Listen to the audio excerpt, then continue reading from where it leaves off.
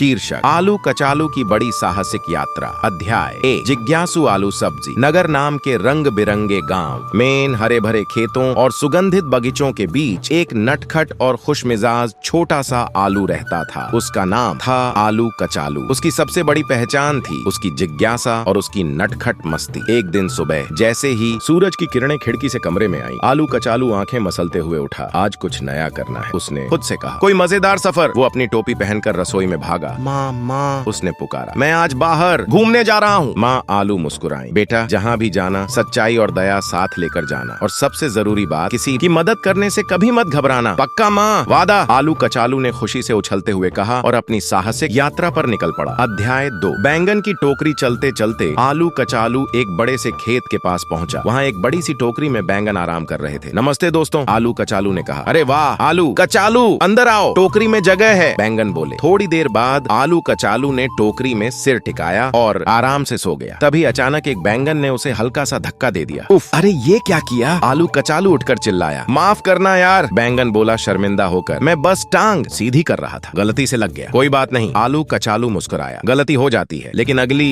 बार ध्यान रखना सीख। हमेशा दूसरों का ध्यान रखें और गलती हो तो तुरंत माफी मांगे। अध्याय 3 पतंग वाली मस्ती। थोड़ा आगे चलकर वो एक मैदान में पहुंचा जहां बच्चे पतंग उड़ा रहे थे। वो बहुत खुश हुआ। मैं भी पतंग उड़ाना चाहता हूँ, आलू कचालू बोला। उसने पत्तों और लकड़ी से अपनी छोटी सी पतंग बनाई। पतंग उड़ाने में मजा आ रहा था। तभी एक जोर की हवा आई और उसकी पतंग एक और लड़के की पतंग से उलझ गई। ओह नो, आलू कचालू उदास हो गया। तभी वो लड़का मोटू दौड़ कर आया। सॉरी यार, मेरी पतंग ने उलझा दिया। कोई बात नहीं, आलू कचालू बोला। क्यों ना आप दोनों मिलकर एक साथ पतंग उड़ाएं? मोटू मुस्कुराया। बिल्कुल, चलो उड़ाते हैं। सीख, माफ करना और मिलकर काम करना सबसे अच्छी बात होती है। अध्याय 4 नदी में फिसलनागे बढ़ते हुए आलू कचालू नदी के किनारे पहुंचा। पानी में मछलियां तैर रही थीं। वो बहुत उत्साहित हो गया। वाह कितनी प्यारी हैं, कहते हुए वो झुककर देखने लगा। फिस, अचानक वो फिसलकर नदी में गिर गया। बचाओ बचाओ, वो चिल्लाया। तभी पास के किनारे से एक केकड़ा आया और अपनी टांग बढ़ाकर उसे बाहर खींच लिया। शुक्रिया भाई, आलू कचालू कांपते हुए बोला। आगे से पानी के पास ध्यान रखना, केकड़ा बोला। जरूर, अब से और सतर्क रहूंगा। सीख, नई जगहों में हमेशा सावधानी बरतनी चाहिए और मदद करने वालों को धन्यवाद कहना चाहिए। अध्याय 5 बारिश और फुटबॉल। थोड़ी देर बाद बारिश शुरू हो गई। बच्चे मिट्टी में खेल रहे थे। फुटबॉल मैं भी खेल सकता हूँ? आलू कचालू ने पूछा। हाँ हाँ, आ जाओ, सब बोले। वो सब मिलकर खेलने लगे, लेकिन अचानक आलू कचालू फिसल गया। ओह मेरे पैर, वो बोला। एक बूढ़ा कद्दू आया। बेटा मस्ती करो पर ध्यान से खेलो। जी दादा, अगली बार और ध्यान रखूंगा। सीख, मजा करो लेकिन सुरक्षा और सतर्कता सबसे जरूरी है। अध्याय 6 खोया हुआ चूजा। घर लौटते समय उसे एक पेड़ के नीचे से रोने की आवाज आई। कौन है? आलू कचालू ने पूछा। एक छोटा चूजा फुसफुसाया। मैं रास्ता भूल गया हूँ, मुझे अपनी माँ के पास जाना है। डरो मत दोस्त, मैं तुम्हें पहुँचाऊंगा। आलू कचालू ने चूजे को गोदी में लिया